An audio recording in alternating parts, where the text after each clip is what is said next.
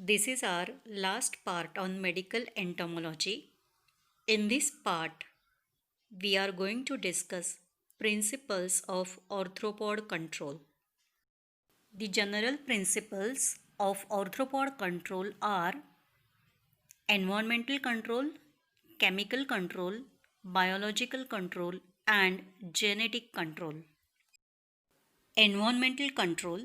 This is the best approach to control arthropods because the results are likely to be permanent. Examples of environmental control measures includes source reduction. Meaning of source reduction is elimination of breeding places of vectors.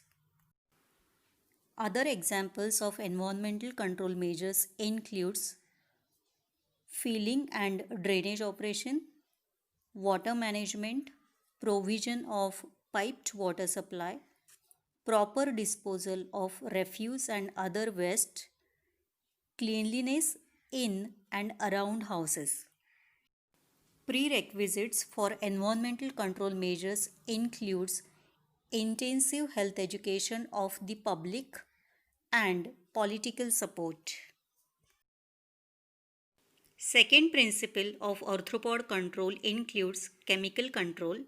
In chemical control of arthropods, different insecticides are used for their control and wide range of insecticides are available.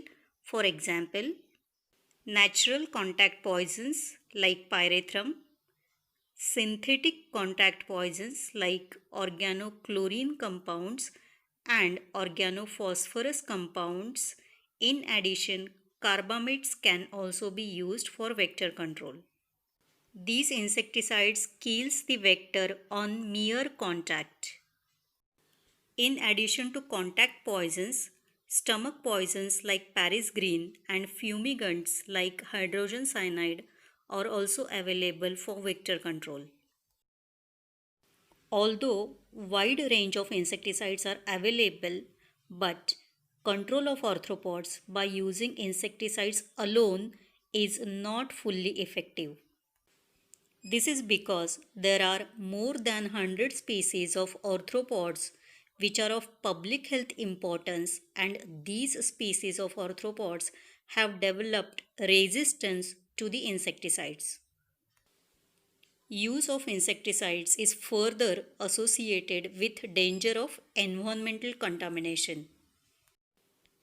As these insecticides can cause environmental contamination, it is essential to replace residual insecticides like DDT by biodegradable and less toxic compounds.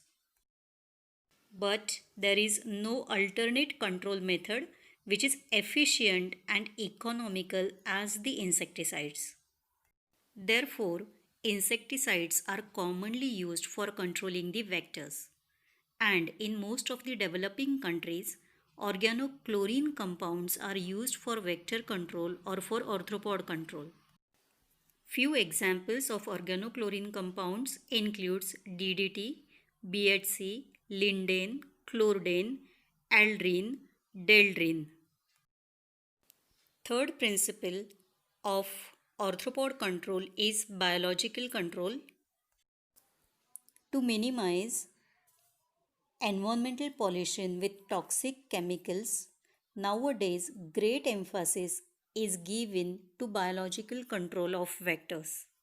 For biological control of vectors, larvivorous fish are used. Examples of larvivorous fish includes Gambusia affinis and Lebister reticulatus. Fourth principle of arthropod control is genetic control.